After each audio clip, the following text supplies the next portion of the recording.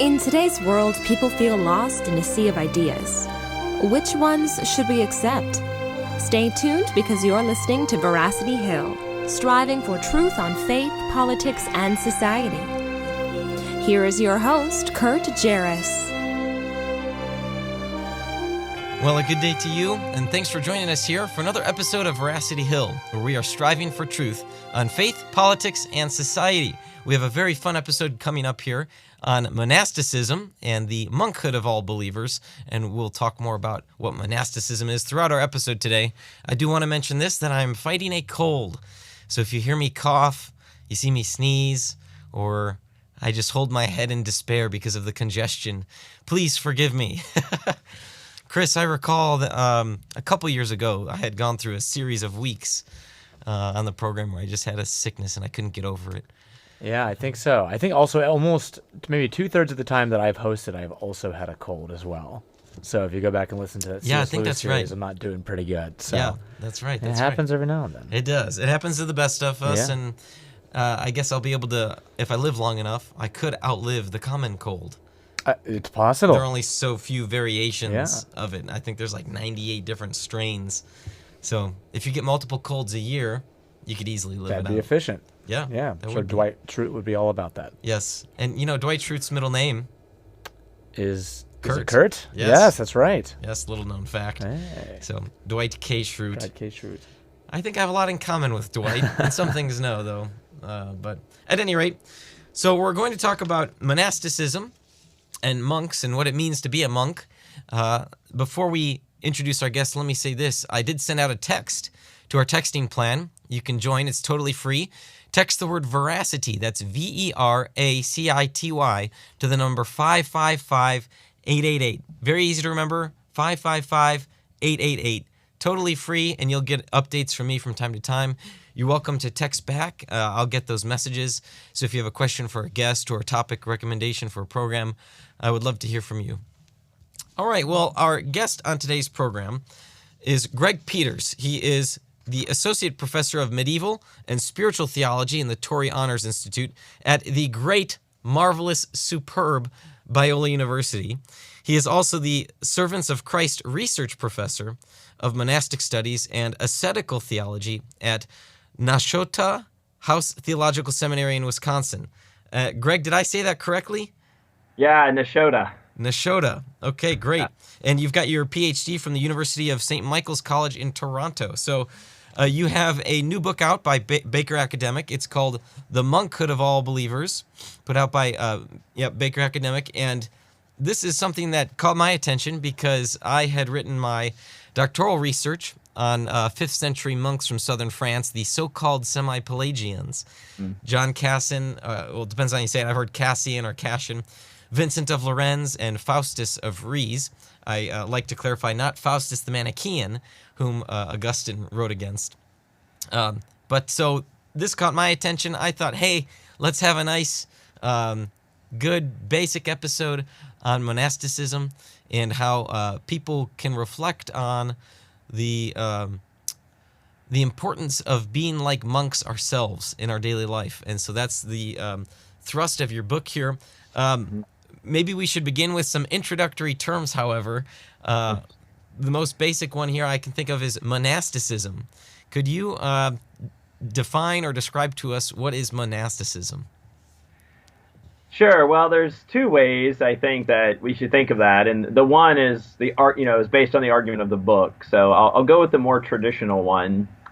When someone says monk or monasticism, we probably get an image of a man or a woman wearing a black habit or something like that, like a Benedictine. It's a very traditional image of a monk, a Benedictine. So monasticism is the term historically to reference the institution of monasticism. There's monasteries, and those monasteries have monks and nuns in them. And so when we want to talk about that collectively, we say monasticism comes from the Greek word monos, which means something like alone, or again, in the argument of my book, single-minded. So I think for me, monasticism, it is that. It is the institution that we can experience, go and visit monks who have given their lives over to this and their habits and things like that. But I also think monasticism is a way of orienting ourselves as Christians towards a single-minded pursuit of God, which is the main thesis of the book, which I'm sure we'll get into further. Yes, yes. Now, there are different types of monastic orders. Maybe you could tell us a little bit about that. Sometimes we think, well, monks are by themselves, or maybe they live in community. Describe for us some of the different orders that exist. Sure. So all of the orders kind of have historical places of beginning. So if you read the earliest Christian tradition and you read about monks, they don't belong to orders per se, and that's continued in the Eastern Church, the what we think of as the Orthodox Church. They also don't technically have orders. It's a very Western phenomenon. So 6th century, Benedict of Nursia writes a rule, now known as the Benedictine rule, the Rule of Benedict. And in time, over several hundred years, people adopt that rule, and then collectively they start being known as the Benedictines. But then in the year 1098, some Benedictines decide, we're not being very good Benedictines. We're not following the rule very well. So let's go off and reform the Benedictine order. And they go to a place called Citeaux, and so they're now known as Cistercians. So they adopt their habit a little bit, the outward clothing they wear. And then you have Benedictines, now you have Cistercians. Bruno of Cologne at one point decides, well, I've kind of had enough of living in Cologne and working at this busy cathedral. I'm going to go live in the woods of France. And he goes and founds a community that they start calling it the Charter House. And so in time, they come to be known the Carthusians. And so then you get to Carthusians, then you hit the 13th century, and a man named Francis and a man named Dominic decide, hey, people shouldn't live in monasteries. We should be available to preach and teach. And so you get Franciscans and Dominicans. And so really what happens is every order is a response usually to a historical moment. And they sometimes take the name of their founder, Franciscans, Dominicans, although the Dominicans are technically the order of preachers and things like that. But that's how we get the orders, is just in time, over the course of history, people maybe emphasize different elements of the rule, and that gives birth to a new order. Yeah, I know for a Protestant like myself, I had been unfamiliar with the different orders and what the differences were, but I just knew the names. So, Yes. There aren't, as you are well aware, there aren't really monks in the Protestant denominations. It's certainly more of a Catholic thing, and so I had to learn more about Catholic theology, just so I could understand what was going on here. Now, if you could, when did monasticism, monastic movements, while in the early days, like you said, not in order, but there were movements of sorts in Egypt and a fledgling movement in Roman Gaul, which is why John Cassian came to save the day. Could we trace back to some of the earliest? Does monasticism go all the way back to the 1st century in some way? I think it does, and this is interesting because when you look back to kind of say, well, what's the history of monasticism? In part, you have to know what you're looking for, right? So you have to almost have made a decision about what monasticism is, then you kind of go back and look for it. But there's evidence, textual evidence of monks, what we would think of as monks and nuns. And if I don't keep saying nuns, I'm not leaving women out. It's just most women these days are fine being called monks. It's kind of more of a gender neutral term now. So if we look back, we see monks, and they're there, but, Jesus never said, like, go and found a monastery. If you want to be my disciple, go and be a monk per se. But I think maybe even as early as the 60s. So depending on how you want to read, like 1 Corinthians 7, there might be evidence in 1 Corinthians 7. This is what I wrote my MA thesis on, of these women and men who Paul seems to be saying, if you can live together celibately, that's great. If not, you can marry, that's fine too. So that movement is known as senesactism, spiritual marriage, and it has qualities of monasticism in the way in which it manifested itself later. But no matter when monasticism started, in the sense of individuals deciding to live that lifestyle, it flourished in the 4th century, as you know. So the 4th century becomes the real season of like when Athanasius of Alexandria can talk about the desert became a city because there were so many monks living in it. Yeah. For the monks, the putting to death the desires of the flesh was not only just a matter of sanctification for them, was it? They really felt like they were working out their salvation. Exactly. How is it, so for a Protestant who thinks that justification is sort of an instantaneous thing, yeah, you see where I'm going here. Right, yes. So what we're dealing with the early church, at least the monastic movements, is a different view of justification. Because these folks felt like they had to work out their salvation. But wait, that's works righteousness, that's Pelagianism. Help me out here. How is what they were doing different? Yeah, I mean, I think sometimes it's hard, like we have the textual evidence of what they say, or we have textual evidence of how they lived. We don't have video, obviously, and pictures, and we don't have that kind of evidence. So it can sound sometimes, both in what they say and in the recordings of what they do, that you're like, oh, I feel really bad for this monk because, yeah, he's living out there in the desert pretty harshly, abusing himself bodily to try to be saved, if you will. And I mean, I think there probably certainly were monks in the desert thinking that their salvation depended on, this kind of extreme asceticism, maybe even to the point of causing their death prematurely, as crazy as that sounds. Yep. But we also don't know that that's really what they were all doing, right? I mean, we can't get to the. So if you take the sayings of the desert fathers and mothers, right? So these are not treatises; these are aphorisms, And so like they say things, but you're like, well, what were they really thinking when they said that? Were they thinking that this was their salvation, or do they talk about it in those soteriological terms because they don't see a distinction between sanctification and kind of salvation that we might be tempted to make as Protestants? Yeah. So I try to be a little generous and think of themselves as like, even in the worst sense, if they're Pelagian and they're trying to be saved. I mean, in part, I'm a little graceful because they lived at a time where theology was still working itself out, right? The church was still making decisions about things, but also, I think they're just trying to take seriously the Bible as they understand it, right? So they heard, take up your cross, die to self, and they said, well, that means something. So what is that going to look like for me? Oh, it'll be the deserts of Egypt. Yep. I know one of the things I appreciated in my studies, and it was a surprise to you that I had studied monks, I think, before right. when you hopped on here. So what I appreciate was the scope of the issues they dealt with, down to nocturnal emissions, if I can get vivid here.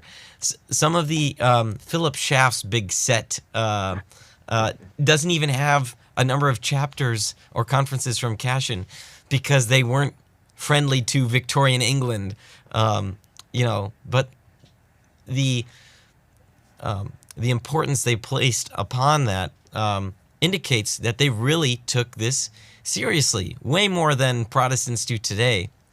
Yeah. We sort of have this the tendency for the free grace, movement, this idea that we can just do whatever we want, but these folks really worked it out. And so much so, and I'd like you to speak to this, that, Cashin's Institutes is about the daily life, what you wear even, what you do at a certain time. How is that important for pointing ourselves toward the divine? Right, yeah. Well, again, I think that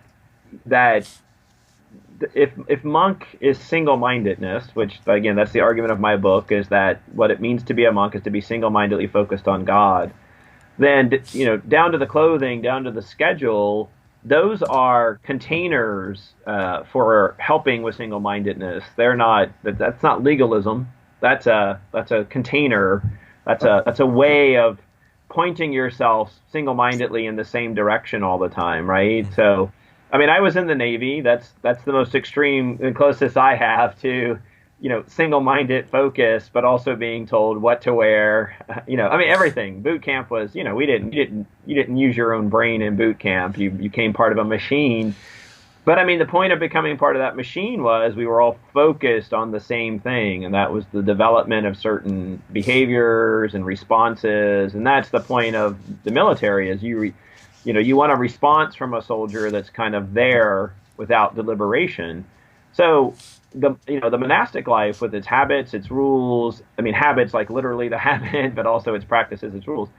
Yeah, you can look at that as, oh, that's just legalism, or you can look at it as like, no, that's just good, solid discipline by the community collectively to point themselves in the same direction. I often say to my students, the undergraduates I work with, getting a doctorate isn't always intellectual. It's not about your intellect, it's not about your IQ. It's actually about like who just stays focused and disciplined. Because like I went to school with people who were just smarter than me. I'm convinced, but they didn't finish. And I think my tenacity just outpaced their tenacity. And so like, Amen. I think that's a good image for monasticism. Like, yeah, they just do this because it takes away distractions and it points them in the right direction, toward God. And so like, don't think about it so much as legalism as actually a kind of rule for freedom. Actually, it creates freedom. It doesn't restrict freedom. Yes, a proper view of freedom, what it means to be free, truly free. Yeah. I mean, how nice to get up every day and not think about what you're going to wear. I mean, like it sounds ridiculous, but like that means something, right? I mean, it allows you not to be distracted by something as mundane as what will I wear? Every day it's going to be the habit. Chris and Mark will tell you that this sweatshirt, and some of our long-term followers, this sweatshirt is quite possibly on every episode of Veracity Hill. I mean, I'm sure there are a few. I've got a Biola sweater that I wear from time to time, but yes, this is my go-to. Yeah, so, that's your habit, right? Yeah, it's my garb. You have a term here. Cashin also, just one more thing, Kurt, like as you know, Cashin thinks the monastic garb means something as well. So it signifies, the garments signify virtues to achieve. And so I think that's also a good reminder that they're not just wearing it for simplicity's sake. They're wearing it because it's symbolic of the way that they themselves are supposed to live. And so, again, we think of clothing as functional. Maybe historically monks thought of it as more symbolic and something that pointed them in the right direction. Just their clothing did that, So you have a term in the book here called internalized monasticism. Talk about that. Yeah, so it's internalized monasticism. It's also called interiorized. It's also called non-tonsured monasticism. So I was reading Brothers Karamazov one day, and if you know that novel, there's a monk in it, Father Zosima. And the main Karamazov son, the younger of the three sons, well, it actually turns out to be four, but the younger of the three main sons, Alyosha, is a monk. But then Father Zosima tells him to leave the monastery and go live as a monk in the world. And I thought, well, that's kind of bad advice, actually. Why is a monk telling another monk to leave? But what would it mean to be a monk in the world? And so a little digging around pointed me towards this concept in Russian Orthodoxy of internalized or interiorized monasticism. And basically the adage is this, like the habit doesn't make the monk. So just because you put a habit on, you're not a monk. So crassly, like for Halloween, we could dress up like a monk and go out with our kids, and we're not monks in the traditional sense. But like the monk, even if he's in a habit, still has to be a monk interiorly. But the concept goes beyond that to start talking about, well, all Christians in that sense could be a monk interiorly, right? And so that becomes less about the outward signs of being a monk, rules and habits and monasteries, and more about, monastic virtues. So it's, I feel like I borrowed the concept from the Orthodox, Church, which goes back to Tikhon of Zadonsk, if I remember correctly, in the 18th century. But it was popularized by like Dostoevsky and the Brothers Karamazov, and then David Fagerberg, a liturgical theologian at Notre Dame, has kind of he and Paul Adukimov have really given it to the 20th and 21st century church as a concept again. You mentioned this term, virtues. Maybe you and I take this for granted given our research, but for everyday Christians, for teenagers, talk about virtues. What is the importance of virtue, and what were the virtues that the monks aspired toward? Sure. So virtue in the concept of virtues is non-Christian in origin. It goes back to the Platonic Aristotelian tradition. Plato says there's 4 virtues. Yeah, we now think of them as the cardinal virtues. And then the Christian church theologized about, there's theological virtues, faith, hope, and love from 1 Corinthians 13. But as you know, in the early church, the monks started thinking in terms of the 8 principal vices. Yeah. And why 8, maybe is a little shrouded. And that becomes the 7 deadly sins in time. Yep. But that's the negative, right, way of talking about it. That's pride and avarice and lust. Well, borrowing from Plato and Aristotle, what's the opposites of those things? Well, those are the virtues. And so virtues are, I would say, simply put, are those Christ-like characteristics that all Christians are called to cultivate. Thomas Aquinas gives you a list, for example, in the 13th century. Cassian had a list. But I think, even Paul in Philippians chapter 4, like whatever is good, whatever is right, whatever is just, et cetera, think on these things. There's a sense of where virtues are just, again, those Christ-like characters that we're called to cultivate and to grow, not on our own, but, in concert with the work of the Holy Spirit. But yet also, no, there's things we can do, right? That's I think, part of what the virtues are all about. They're able to be cultivated, and that's done through particular actions and disciplines. And so, that might be an expansive and generous definition, but that seems to be consistent with what the tradition would say. And when we pray for a virtue, we should be prepared for an experience, an encounter with an opportunity to perform that virtue. Yeah, I think so. Yeah, this is not just intellectual, right? They're not just intellectual. They virtues manifest themselves in life, in action. I think you're absolutely right. One of the areas I went into in my doctoral research was how some authors and researchers would discount the theological views because they would say this is just a way of living, a way of life. Mm-hmm. I called that into question in a section of, I think it was my second chapter. What are your thoughts? Do we need to separate, especially for Protestants, justification by faith? Do we need to say, these are just ways of becoming sanctified, and we shouldn't really give credence to the theological underpinnings to their views? Yeah. No, I think we absolutely should. So, thinking about the virtues as kind of a way of life, or if we thought of the virtues as kind of philosophic categories and their way of life, there's a literature on that, as you probably know. Pierre Hadot's actual book called Philosophy as a Way of Life, and it goes back to the Stoics. But again, I don't want to say Christians just merely baptized the Stoics, but it appears the Stoics were on to something that I would say was of God. And so I think, we need to theologize about those. These are, virtues are theological. Thomas Aquinas, again, in the 13th century, that at their root, virtues are rooted in the character and person of God. And so to be virtuous is to be godly by default. And I think that seems right to me.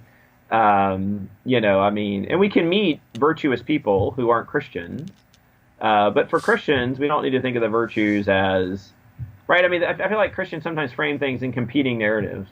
Is it the gifts of the Spirit, the fruits of the Spirit, or is it this other thing? And it's yes.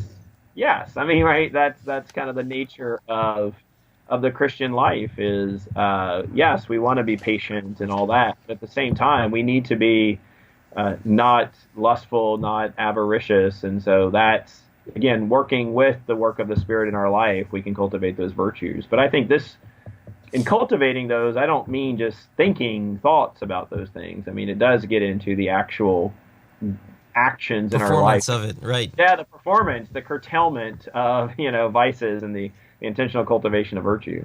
Yep. Oh, great. Hey, this is a lot of fun, Greg, but we've got to take a break. When we come back, I want to ask you about the distinction between asceticism and monasticism, and then we'll talk more about the relevance for Protestants today. Luther called it the priesthood of all believers. We've got the monkhood of all believers, so I'd love to hear more on your thoughts on that. But stick with us through the short break from our sponsors. Striving for truth on faith, politics, and society.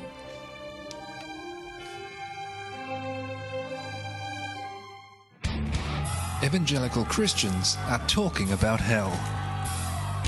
What if we believe what we believe because we've always believed it? What if the gospel is really a matter of life and death? We want you to open your mind, open your Bible, and rethink hell. At rethinkinghell.com, evangelicals look at what the Bible says about hell, putting conventional and controversial views to the test. Let's say there's this Christian apologist. You love their message, but have trouble finding their videos, their articles, or social media posts. How do you stay connected to them? We're on it. Defenders Media uses the tools of the digital age to create content for your favorite apologists. We give them more screen time, more digital soapboxes, and more presence to deliver more of the content that you love. That's what we do. I know that social media is important to those of you who follow my work. Many respond to my videos and posts on Facebook and Twitter, but it becomes impossible after a while to keep up with it all and to continue with research. That's why I'm thrilled that we have found a solution, Defenders Media. Whether it's a website, whether it's printed material, whether it's a question on graphics, I cannot do what I do and reach my audience without the help of Defenders Media. They have been integral in helping me to reach my audience. Defenders Media ensures consistent content reaches your hand from today's leading apologists and apologetic ministries, like Mike Licona, Apologetics 315, the Veracity Hill podcast with Kurt Jarris, and more. To learn more, text the word Defenders to 555-888 and we'll send you a free PDF of the top 5 ways to share the gospel online.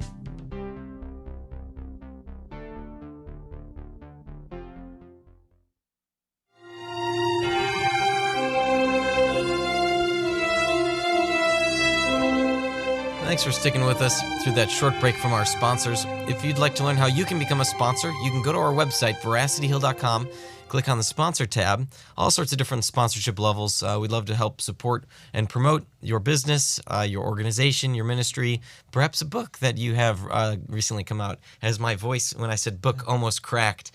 Yes, I have a cold today, fighting a common cold, hopefully nothing more than the common cold. But nevertheless, wanted to still bring to you this topic of discussion for today on monasticism. Before we jump back into our conversation with Dr. Greg Peters, we are going to play a round of What's Behind Kurt. So we took last week off, and looking forward to getting back here. Even though I'm sick, hopefully we can figure it out. So here's the name of the game. This is a green screen behind me, and Chris has some image. The listener submitted or not. Sometimes you guys fill in one. Yeah. And I've got 15 questions. 15 questions. 3 minutes. Mm-hmm. And I've got I've got to get the timer here. Yeah. 3 minutes. Okay, let's see here. Now, the last one, if I'm not mistaken, I got the last one right. You did get the last one right. It was Mike Licona. Yes, that's right. That's right. Okay, I'm starting the stopwatch. So, Chris, you let me know when. Okay, we're ready to go. Okay. Here we go.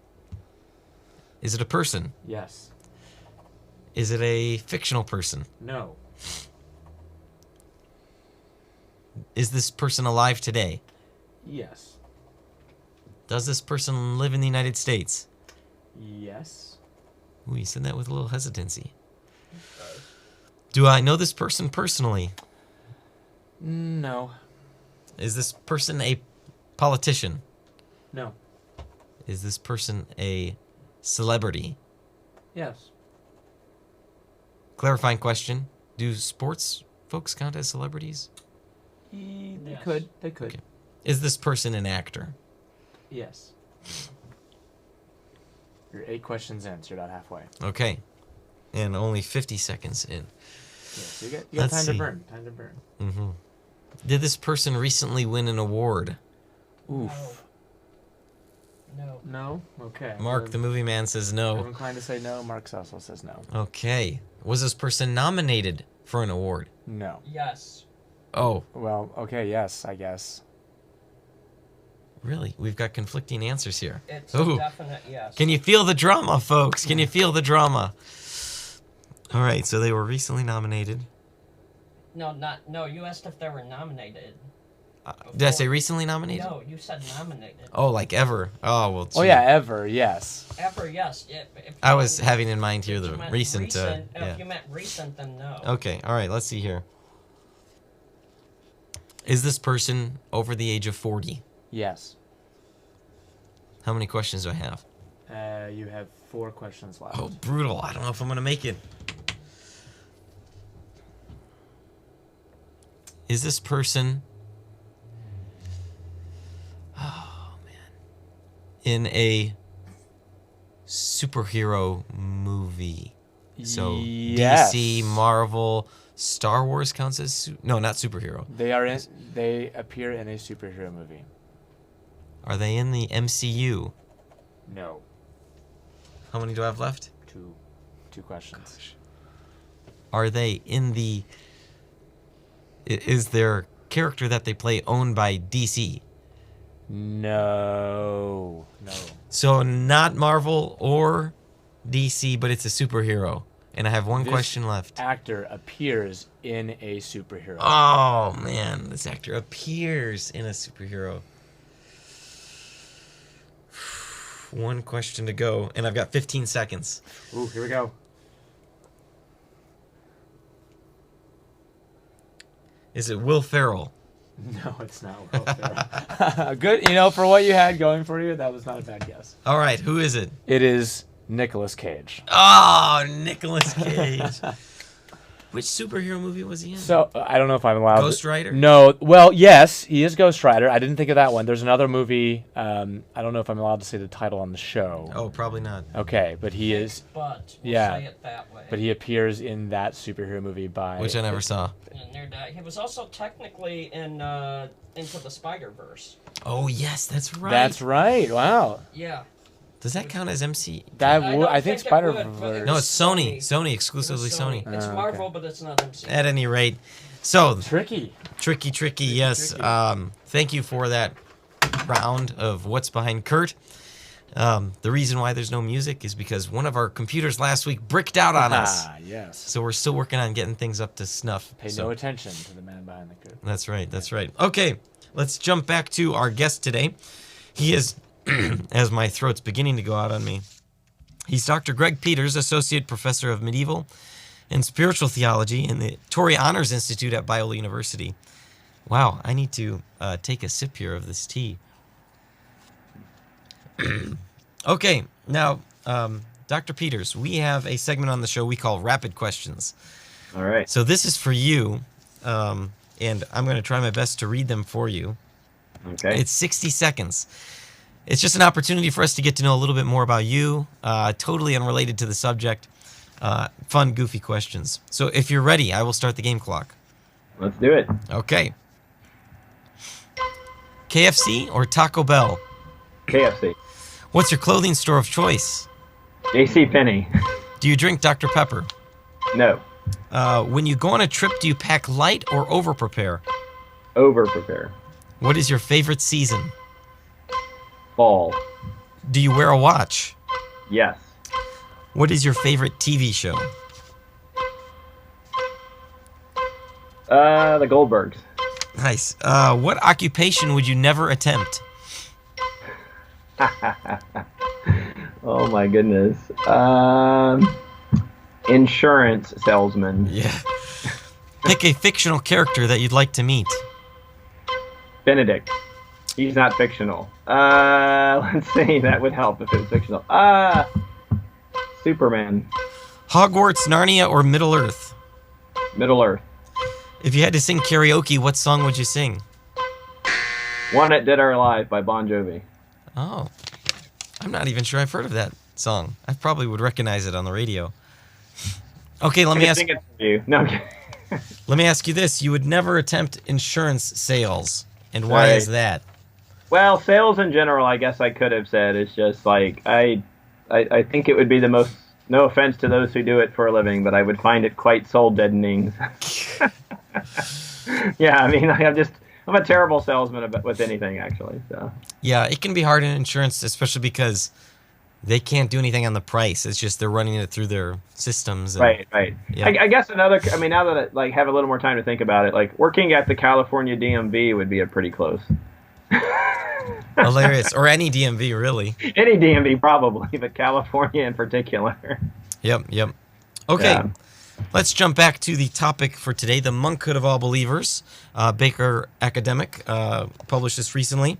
The Monastic Foundation of Christian Spirituality. And we are going to see how long my voice holds up. Yeah. In your book, you draw a distinction between asceticism and monasticism. Could you clarify for us the difference between the two? Sure.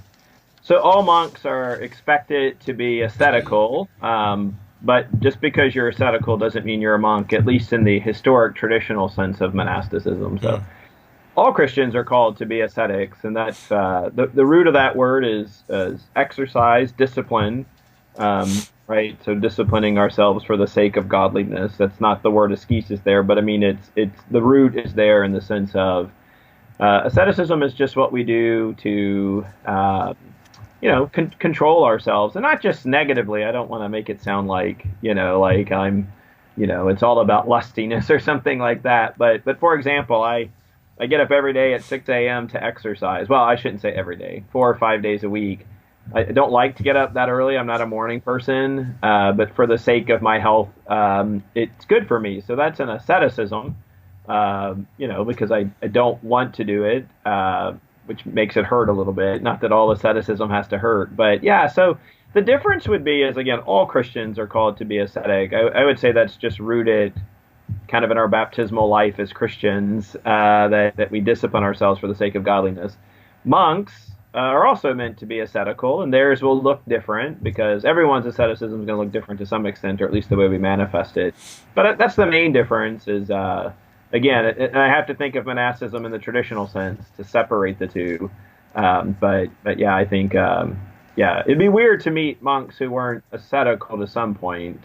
You know what I mean? And it's not their exclusive purview. It's ours as well.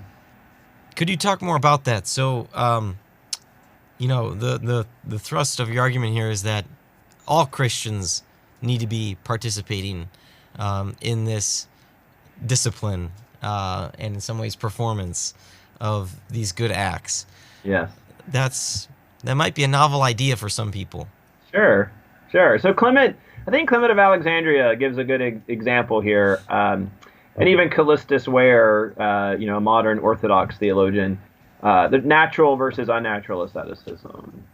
So we have to eat to stay alive. I mean, no matter what breatharians say. I don't know if you've heard of breatharians. You get everything from the air. You don't meet many of them. They don't seem to live very long. But we all have to eat, but we all have the potential to eat too much, but there's also the element of eating too little, right? So both of those would be unnatural. To overeat is unnatural. To undereat is unnatural. Natural eating, good asceticism, would be to eat to the point of maintaining a good, healthy lifestyle and balance, but not too much or too little.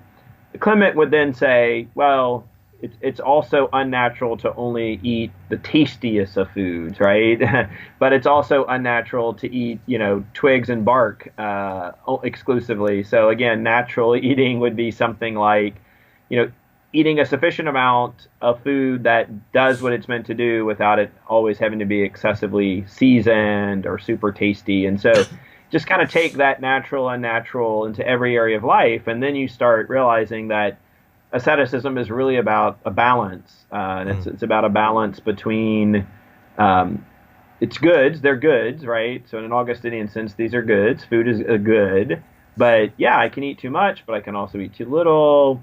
You can just, I mean, if I panned around this office that I'm sitting in, there's way too many books in here.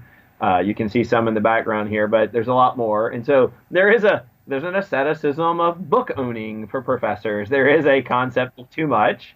And there's also just a concept like, well, I own so little that I can't actually do the work that God has called me to do. So again, a good asceticism in that regard would be to, have sufficient resources for what you need to do the work God's called you to do. And then contentment, I think, is a big part of this, Kurt, is in asceticism. It's not just meant to be painful, but it's meant to maintain a balance that does in fact bring you joy, and the whole point of asceticism is to facilitate relationship with God and others. So I remember one year for Lent we gave up sugar in our household. After a couple of weeks, of sugar withdrawal, it was perfectly fine. None of us kind of missed it anymore, and so it reoriented the way we thought about, like, is it really ascetical or Lenten to give up sugar if it doesn't bother us at some point? And we decided yes. Because again, it's not just supposed to be uncomfortable or painful. It's about finding that balance. And so again, that everyone can and should do that as a Christian. What would be some tips you have for finding that balance? Because for some people it varies. Yeah, that's right. So, let's just use food. It's a common one to use. Food intake varies on, for lots of reasons. It's metabolism. It's lifestyle, those kinds of things. But I think we should just be able to recognize that people's bodies are different. So all overweightness or obesity can't just be a sign of people being immoderate. But we also don't want to say it's also not a sign of perhaps being immoderate. But again, on the other side, and we often think of this as, things like anorexia and bulimia on the other side as medical conditions, but there are people that can eat too little, not because they have those conditions, but because they've bought into some vision of what a healthy lifestyle is supposed to be. And turns out it's like for their body type and their metabolism, it actually is not healthy. So, I think in one sense, when it comes to food, are you overindulging and that's manifesting itself on the scales, to be honest, or underindulging and also manifesting itself in the scales, but also like, am I listless? Am I alert? Am I those kinds of things? But then, because this would also be medical. It's also just like, am I eating a good, healthy selection of food? Those kinds of things. And so I think it's intentional. You have to work at it. For sure, but I think that's how you go about it. Again, it's what could be perfectly fine for one person just could be immoderate for another person, and so we can't run around judging people like, oh my goodness, they ate that piece of cake and it's a Tuesday. Can you believe that? Like it's not that, but it's tangible. It's real. So you're saying that my so-called addiction to Dr. Pepper is okay, but it may not be okay for someone else. Is that what you're saying? Well, how much Dr. Pepper are you drinking, Kurt? Yeah, those are the hard things as 21st century Christians. To be honest, this is, John Cashin was not fretting about Dr. Pepper. That's right. Yeah. In Southern Gaul. He may have been fretting about wine or something like that. Benedict, for example, says, well, I guess we have to let them drink wine because we're never going to convince them not to. So he makes this concession, right? So we can make all kinds of jokes about monks and wine or Italians and wine. But I don't know. I would think for you that would have to be your own discernment, as to, we can make comments like, there's probably no nutritional value in Dr. Pepper. But again, I think it's an issue of, how much are you drinking? And if you can't get through a day, it's like, let's use something like coffee, that's even more common. Right. You meet someone who says, I can't get through the day without a cup of coffee. There is a moment where you should stop and think about what you just said, right? Like if that's true, you're actually saying I cannot function without this chemical.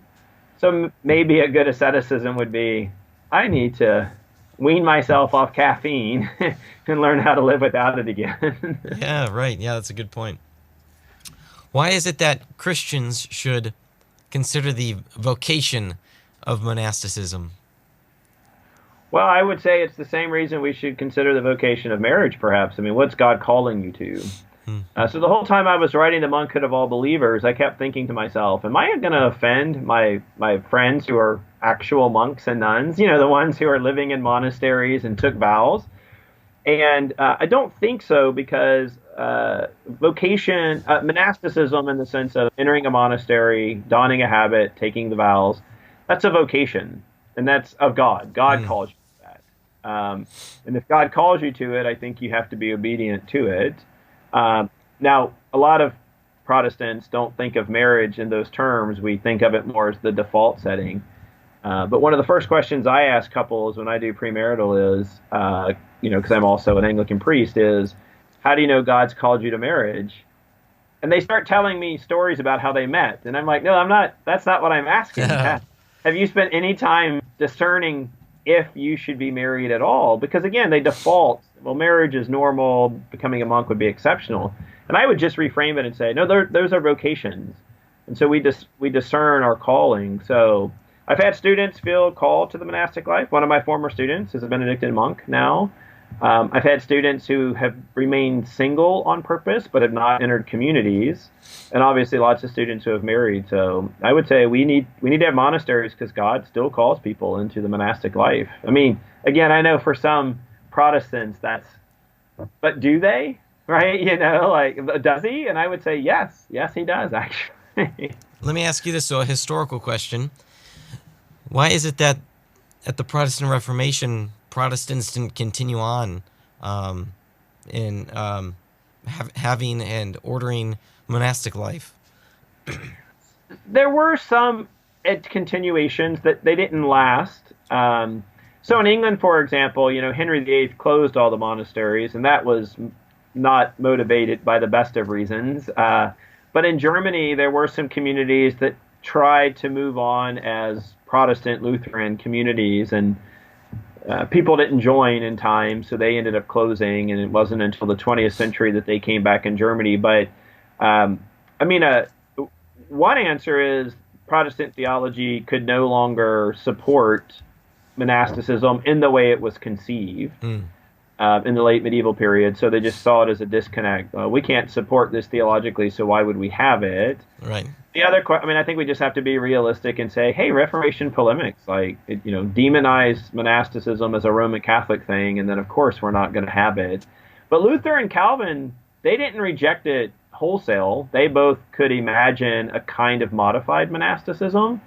So there was no reason it needed to go away theologically, but it did, I think, in part just for the reasons I've stated.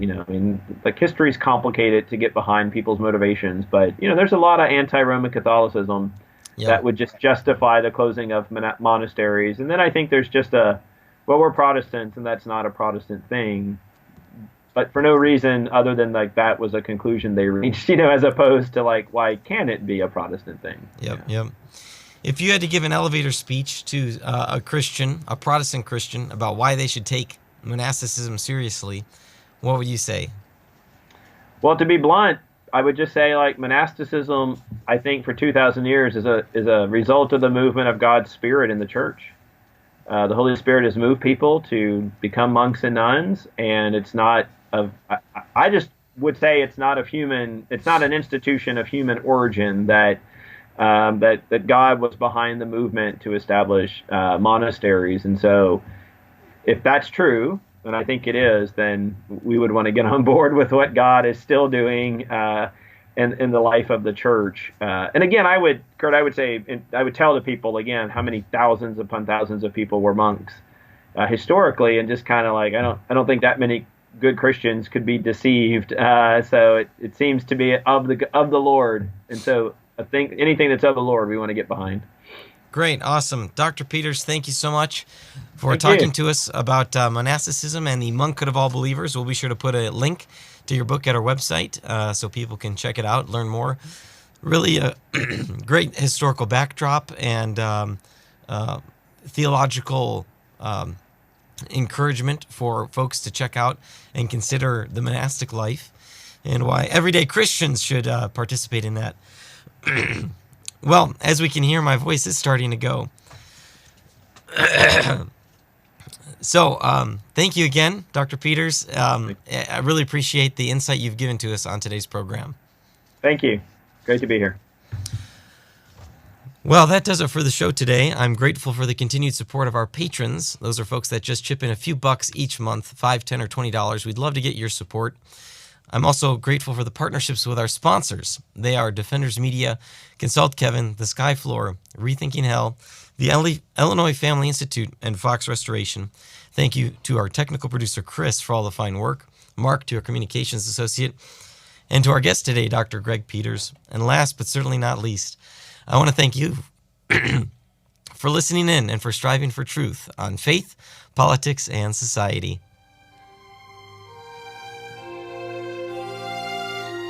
You've been listening to Veracity Hill, striving for truth on faith, politics, and society. This is a listener-supported program. For more resources, including past shows, visit veracityhill.com.